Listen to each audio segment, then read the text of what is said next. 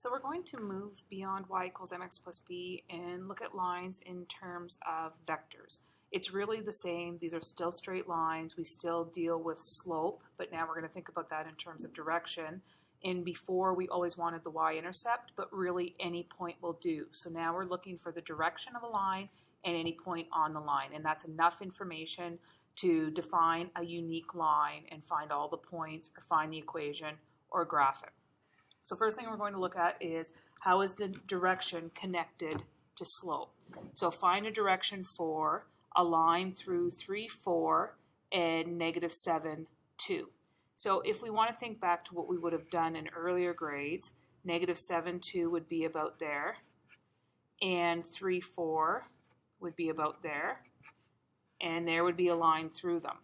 I could create a right triangle and think about rise over run. And to get the rise, I'd look at the difference in the y coordinates.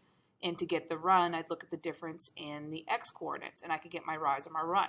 Well, we're still going to do our difference. And we're going to call that D for direction. It doesn't matter which way you subtract as long as you're consistent. I'm actually going to go 3, subtract negative 7 is 10. And 4, subtract negative 2 is positive 6.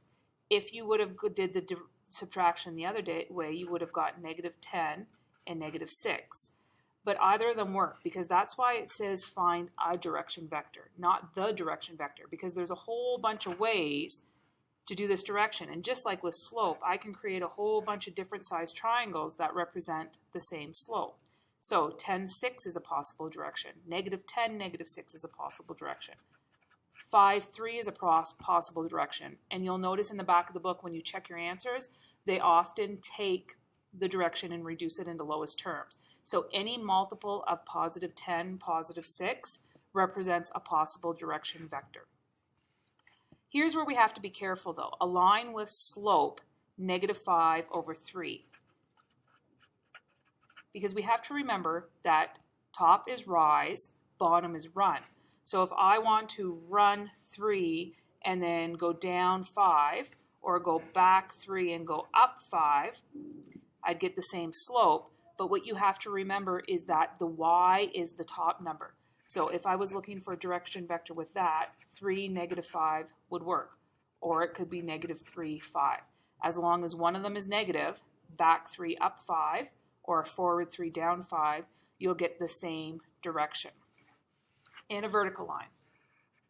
So a vertical line in terms of direction, if we think back to slope, rise over run, it really has any rise, I'm going to say 1, but 0 run, because it doesn't go left or right.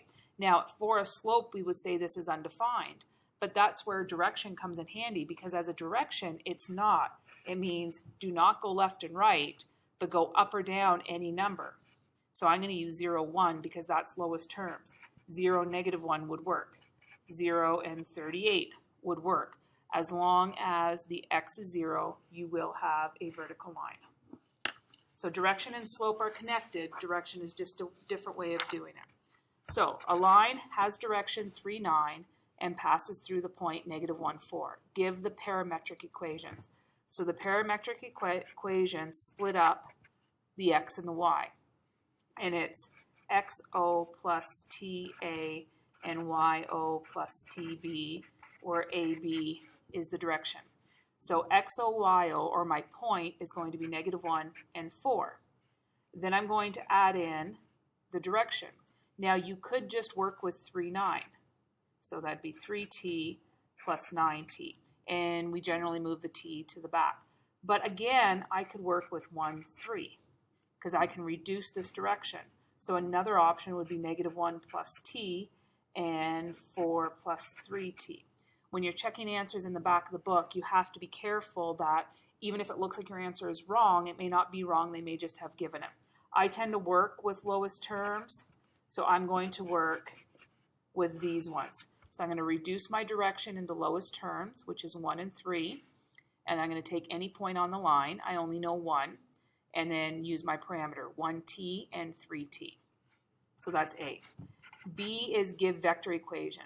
Well, vector equation just says I'm going to put those together. Instead of separating the x and the y, I can say the x is negative 1, 4. Sorry, xy is the point plus t times the direction. So my point is negative 1, 4, and my direction is 1, 3, or any multiple of 1, 3. And if we had more than one point, we could have options for the first one too. Now C says find 2 more points on the line. Well, t is a parameter, and a parameter is a number that's used to generate multiple answers. It's something that you can pick the value for. T can be anything. I'm going to pick t equal to 1 because it's nice and easy. So then xy becomes negative 1, 4 plus negative 1 times 1, 3. And I'm just going to work with algebraic vectors now. Negative 1 plus negative 1 times 1 is negative 2.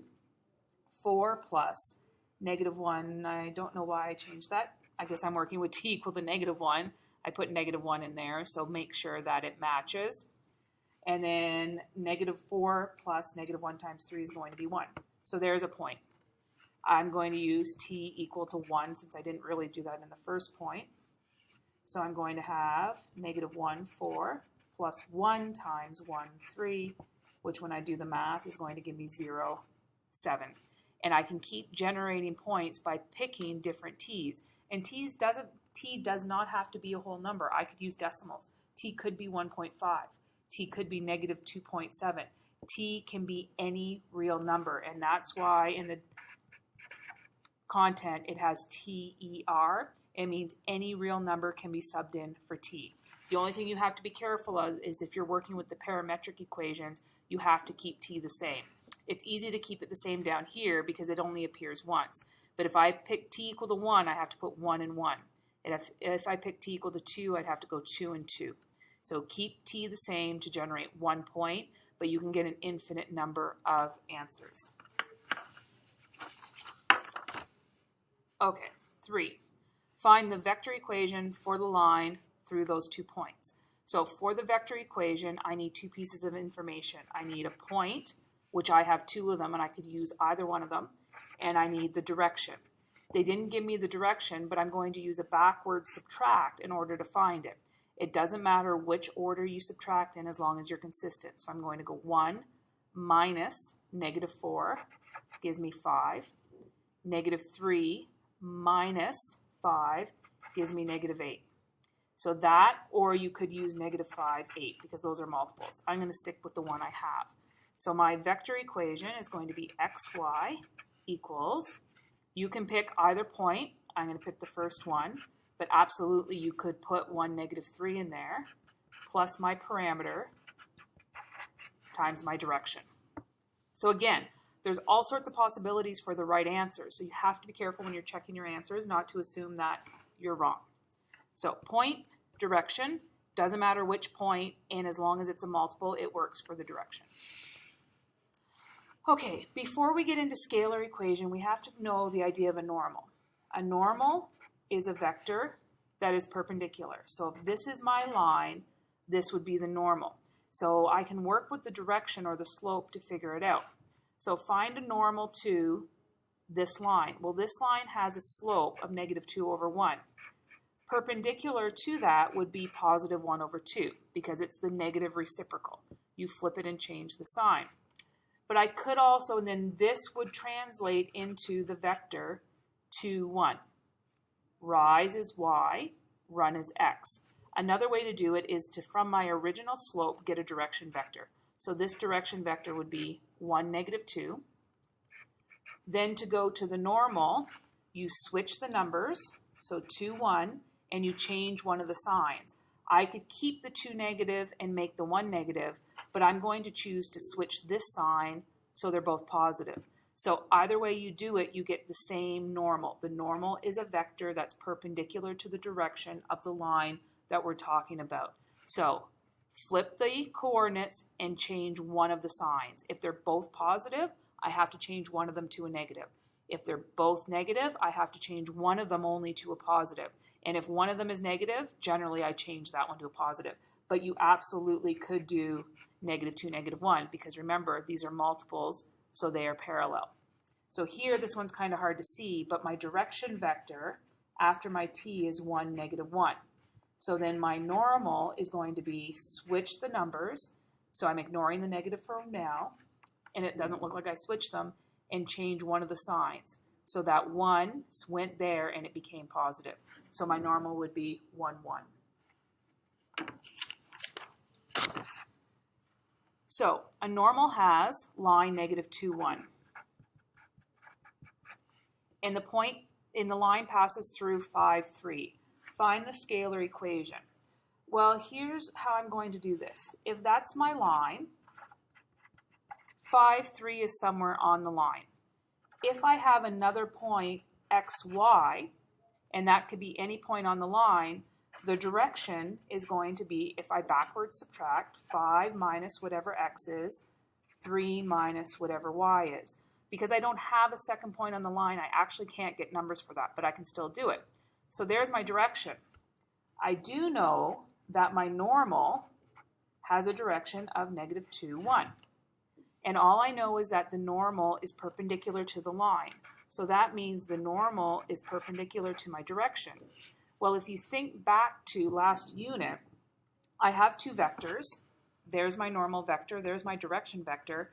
And if two things are perpendicular, then their dot product equals 0.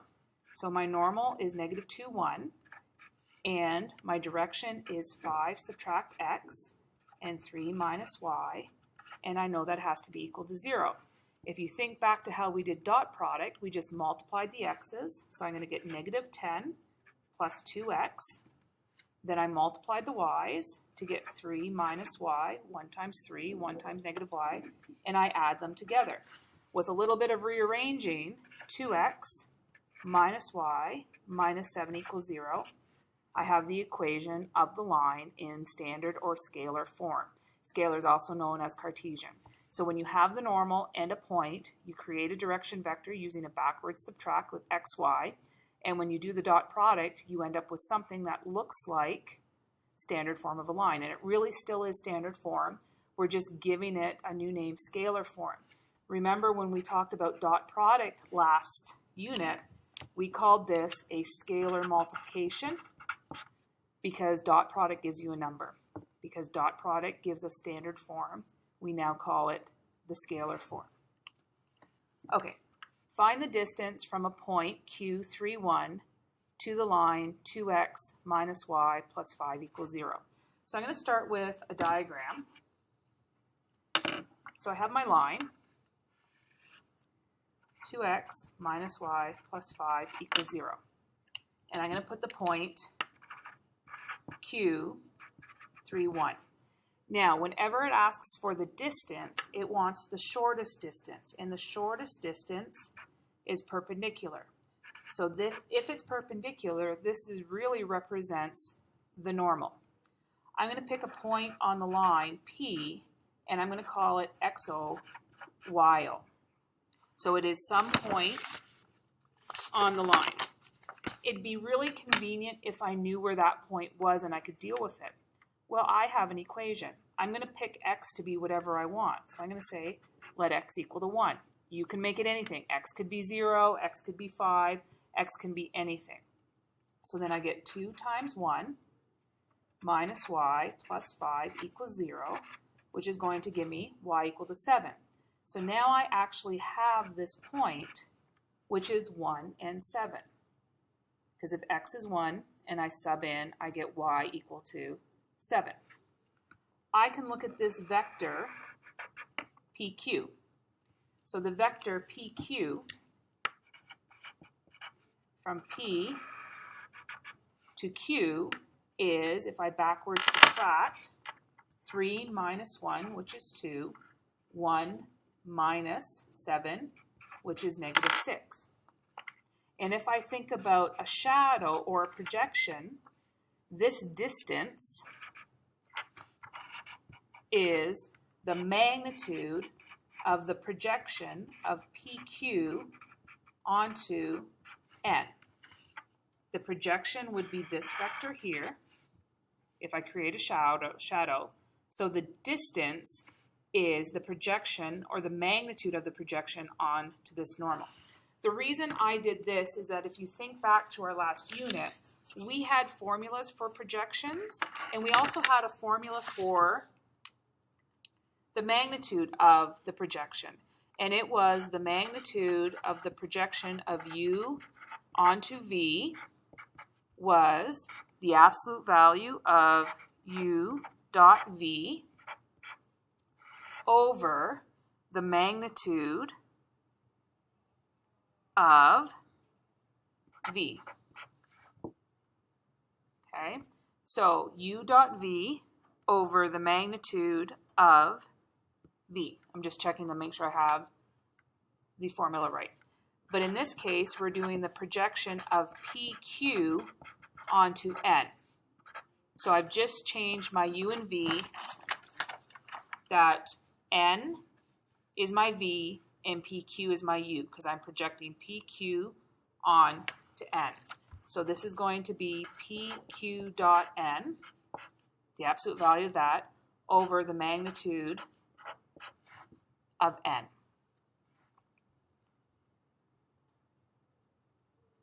And now, what I need, I forgot to talk about this over here, now I'm realizing I need this normal.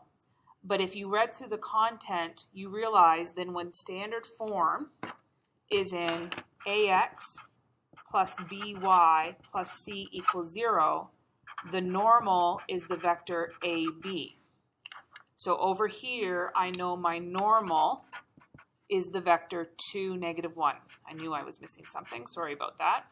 So PQ is 2, negative 6, and N is 2, negative 1. All I did there was reach back and grab the answers. My backwards subtraction gave me PQ, and then what I just talked about with standard form gave me N, and I'm going to fill this out. So I get the absolute value of 2, negative 6 dot 2, negative 1 over the root of 2 squared plus negative 1 squared. So all I did there was fill in. PQ is 2, negative 6, N is 2, negative 1, and 2 squared plus negative 1 squared gives me the magnitude of N. So this is going to give me 4 plus 6 over the root of 5. So 2 times 2 is 4, plus negative 6 times negative 1 is 6. 2 squared is 4, plus negative 1 squared is 1. So 4 plus 1 is 5, which gives me 10 over root 5. You can't leave the roots on the bottom. So I'm going to multiply by root 5 over root 5, which gives me 10 root 5 over 5, or 2 root 5, oops, sorry, you can't see that, is my final answer. Now, the good news is you're not going to have to go through this whole process every time.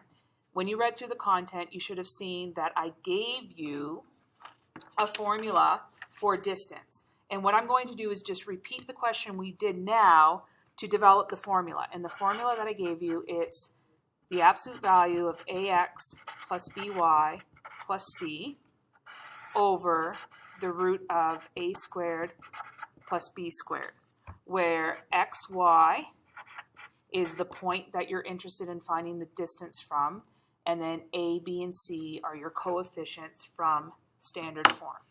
So I'm going to go back to the same situation. I have a line, and this line is AX plus BY plus C.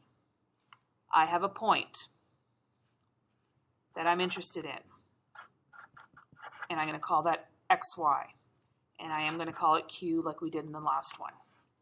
I have a normal which runs perpendicular to the line, and I know that the normal will be represented by A and B because the normal is the coefficients of the X and the Y from standard form. I'm going to pick a point P on the line.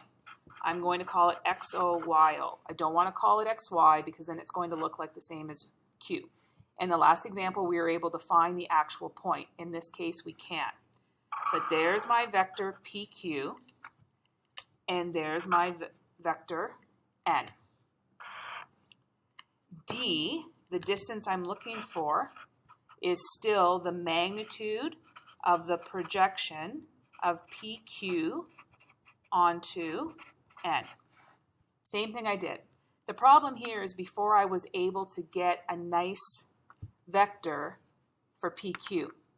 Here I can't. I have to do backwards subtract in order to find it. So PQ is going to be represented by, and I want to get this in the right order, X minus XO and Y minus YO. And I'm just looking at the formula, and they put an X1 and a Y1 there, where X1 and Y1 are the points we know on the line. So I'm going to change that to X1 and Y1. So XO represents any point on the line. X1, Y1 represents not a point on the line, but the point I'm looking for. So all that did there is change those. Because again, I'm not looking for an equation with X's and Y's in it. I'm looking for a number.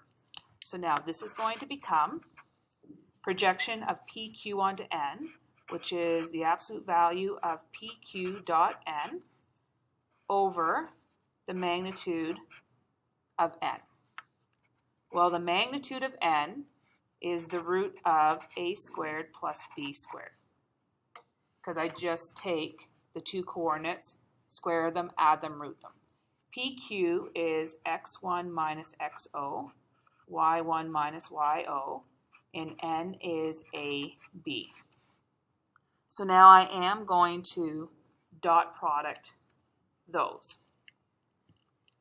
And it's still the absolute value.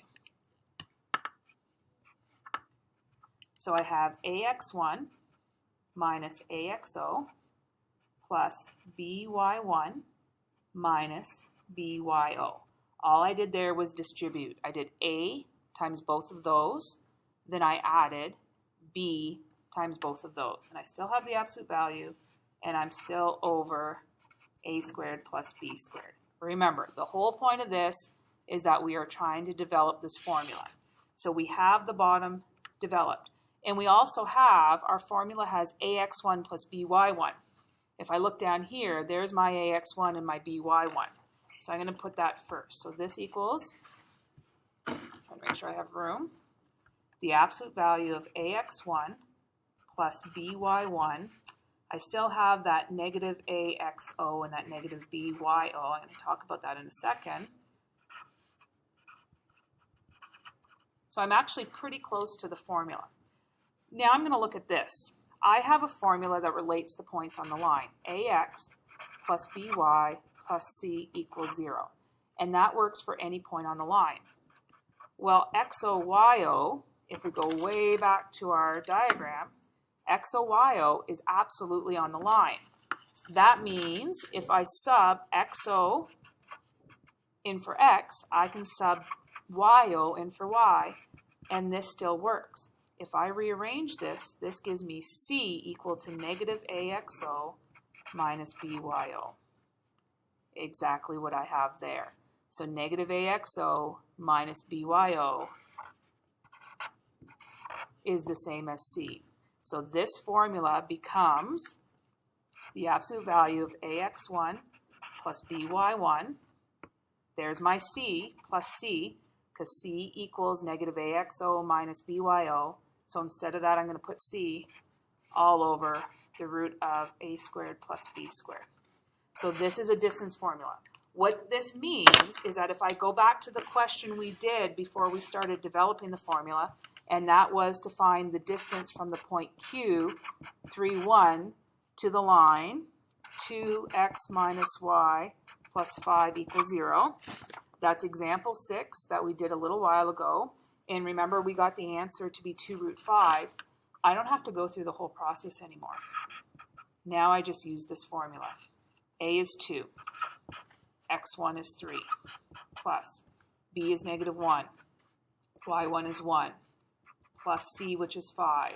Over 2 squared and negative 1 squared. So all I did was fill it in. So that gives me the absolute value of 6 minus 1 plus 5 over root 5, which gives me 10 over root 5, which is the same answer, and will simplify down to 2 root 5 once I multiply by root 5 over root 5. So You do not have to go through the projections. If you're asked to find the distance between a point or from a point to a line, you're just going to fill into the formula. We developed the formula using projections so that we don't have to do the full development anymore. We can go right to the formula.